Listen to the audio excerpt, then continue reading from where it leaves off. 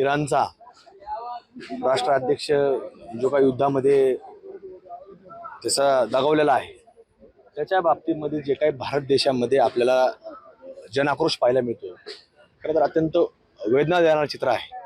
कारण की मी बालपणापासून अनेक घटना भारत देशामध्ये घडलेल्या टीव्हीच्या माध्यमातून, वृत्तपत्राच्या माध्यमातून किंवा वेगवेगळ्या अग्रलेखाच्या माध्यमातून देखील वाचलेल्या आहे। पण त्याच्यामध्ये आजपर्यंत मला कधी आढळलं नाही की भारतामध्ये ज्या वेळेला आपल्या भारत देशावरती भारताचं संरक्षण करणारा जो सैनिक आहे तो शहीद झाला। आतंकवादी हल्ल्यामध्ये जे काही कृत्य आजपर्यंत भारत भूमीमध्ये घडले आहेत त्याच्यावरती काही विशिष्ट जे काही वर्ग आहे त्यांनी कधीही आजपर्यंत रस्त्यावर येऊन कधी पाकिस्तान सारखा कोणाचाही निषेध केला नाही।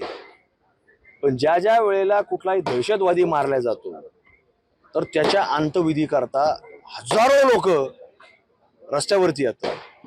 कसाबला फाशी दिली त्यावेळेस आले नाहीत, पण मेमन सारखे लोक असतील किंवा आता हा कुठला तो जो आता त्याचा राष्ट्राध्यक्ष मेला आहे त्याच्या बाबतीमध्ये घटना घडली। वेगवेगळ्या ठिकाणी मुंबईसारख्या ठिकाणी सुद्धा मोर्चा निघाला। अत्यंत वाईट वाटतं की भारत भूमीतले लोक ज्यावेळेस जातात त्यांना कुठेही दुःख वाटत नाही।